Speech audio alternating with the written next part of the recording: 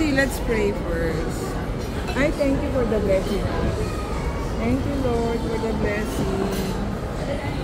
Yeah, we are at Sticky Rice. It's in Yas Mall here in Abu Dhabi. Yan pa lang yung order natin. Dumating, wala pa yung iba. Anong tawag dito? Crab rice? This is crab rice? Crow pad, something like that. Ano yan? Tawag dyan? Sa noodles na yan. Ano po ng condiments? Sige po. Thank you po. Ito ang crab rice. Pad CEO yan. Then yung Ano? noodles 18 yan.